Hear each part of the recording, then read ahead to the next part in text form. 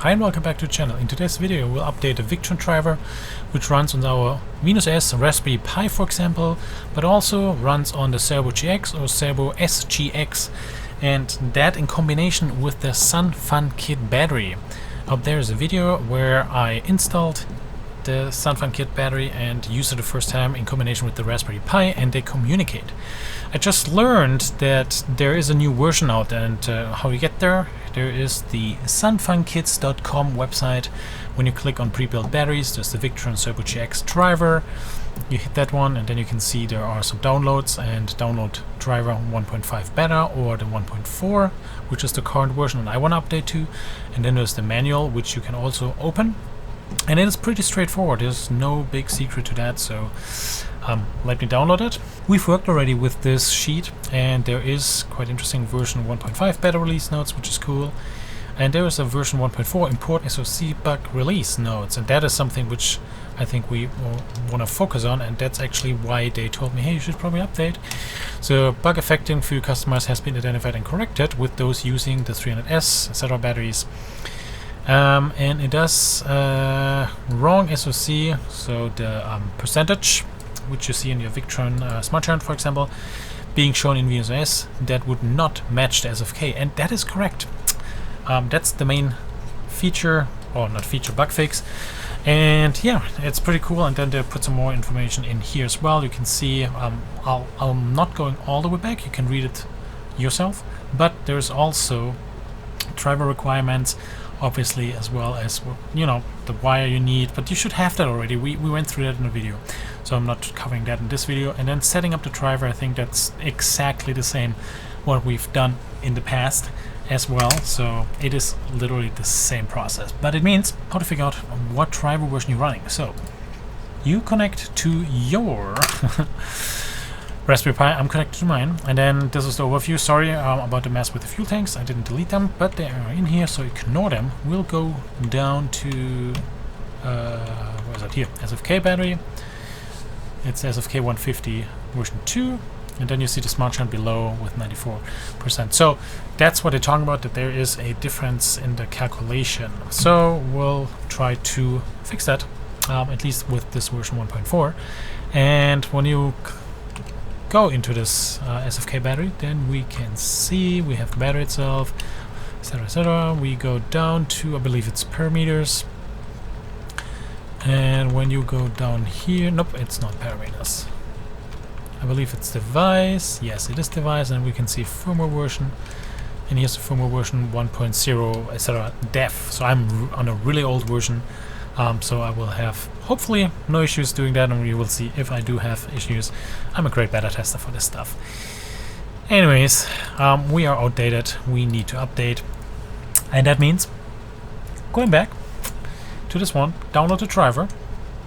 I did already download it, but I will download it again. It is this very file, venus-data.tar.gc.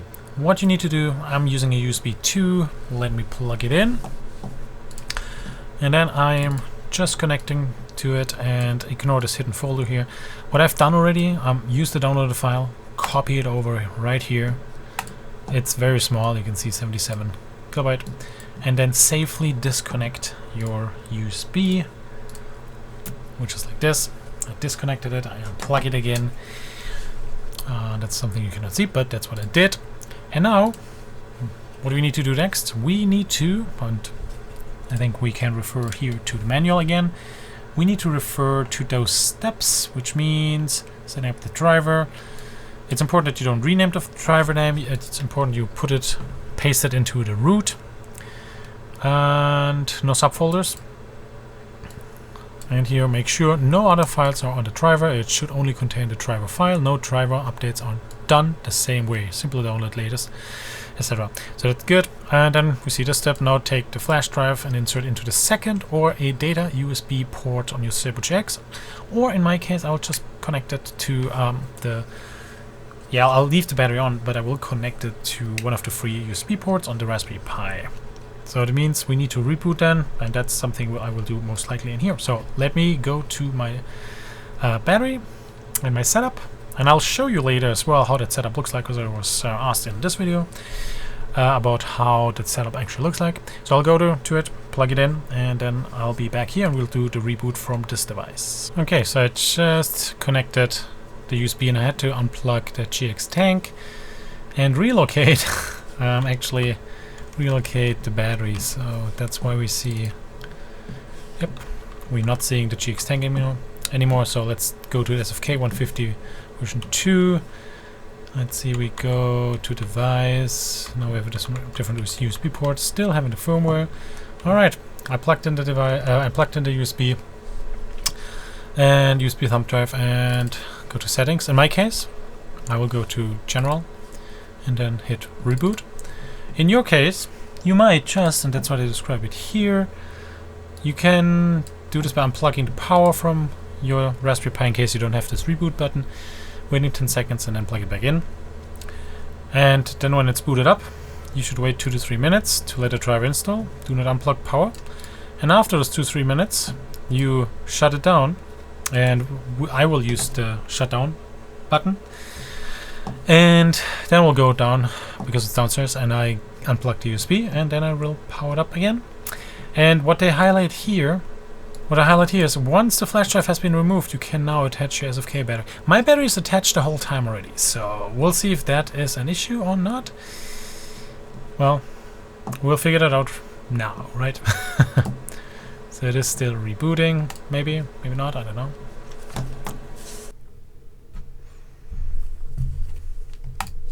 Oh, there we are back. Let's see. Yep, there's no SFK battery connected here at the moment.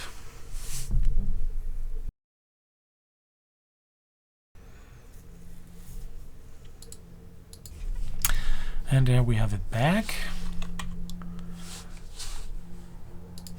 Let's see. It has a different name. Go to device. And we can see firmware version is updated, so that's really good. What I'll do now, before I do anything else, I will shut it down. Not here. I'll go to settings. General. At least in my case, I have a shutdown button. And I'll shut it down. I'll unplug the USB. And then I'll start it again.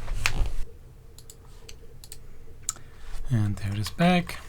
Since I changed the USB port, oh, let's see. All right. Since I did disconnect or change the USB port, and now it has a different name, which is fine, and I'll rename now back to what I want to see it. But going to device again. There we are, still USB 1 product, and there we can rename it. There we are. You know, I like to call it SFK Toby. There we are, and we have the firmware 1.4. Nice, that's pretty cool. Move. Oh, that's probably propane tank or something. Okay, cool. So that's how it works. Now we have to match those. I guess one time charging it up to full 100%. So we have equally have 100% showing up here. And then we'll see if the shunt and also the battery maintain a similar percentage and have to communicate that well.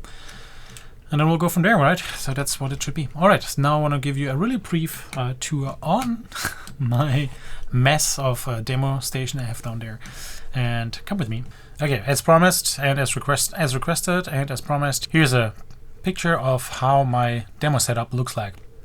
And I try to explain it to you. It looks really messy and it's more functional than it is actually not being treated nice. But you can see I try to make it as, yeah, I hope you see that I make it as flexible as I can. Anyways, so what we can see here on the right side, this bag, that's the SFK battery. And this board, this is kind of the brains, if you want to call it. And on here we have mounted different components, and I wanted to keep it, as mentioned, as flexible as possible. So I hope you see that in a minute. You don't see everything because I tried to make it a little bit more, a little bit less, not more, less messy, and pushing stuff off or to the side more. That's why you don't see them, but you see the wires here. So where we start, it's the battery goes negative to here to the on-off switch, and the on-off switch goes to the smart shunt, Victron smart shunt. To the battery, here, this one, I hope you can see the hand or the mouse cursor, and then on the left side to system minus, and then to the bus bar here. And that's the negative bus bar. Then we have a positive bus bar over here as well, and the positive, the other side, goes to the battery as well. And what you don't see here, I have different wires here. Some are the 175 Anderson connectors, which is going to the battery, and I can quickly disconnect and connect to a different battery. As well, I have a second of those free and available for an inverter or whatever I want to test to connect, as well as I have a 50 amp Anderson connector here as well connected. So it means the bus bar, those thicker wires, that's usually a Anderson connector, what you should see. They dingling. Then we have a 12 volt distribution unit with fuses in here. I only have two things connected, a fan and I believe a 12 volt car connector, because I need it from time to time. I could connect more, I didn't, but you can see it's connected to the bus bar, negative over here, positive over here. And then we have a, I'll continue with the solar charge controller. The solar charge controller is also going to the bus bars, and on the one side, and the other two are going up here. Those are the MC4 connectors, which I can then easily plug in or extend or whatever is needed. And then we have here this power supply for the Raspberry Pi, and that's the Raspberry Pi here. Currently I've used 3 of those USB plugs. One, the top one, is the one which goes to this SFK battery. The 2 other ones are actually, it's a good question. You don't see it. This is the duper, and this one is the duper board, which I have, link in the description below, which is connected here USB-C to this board, and this board spreads the USB signal to 4 possible VE direct Victron components, which means I have here the pure sine wave inverter over here, I have the MPPT charger over here. Another one, which is currently not connected, is the Orion XS, video coming out soon. And yeah, basically everything connects here and then shares the signal, so I can spare the other USB plugs over here. And yeah, that's, the shunt is also connected, obviously.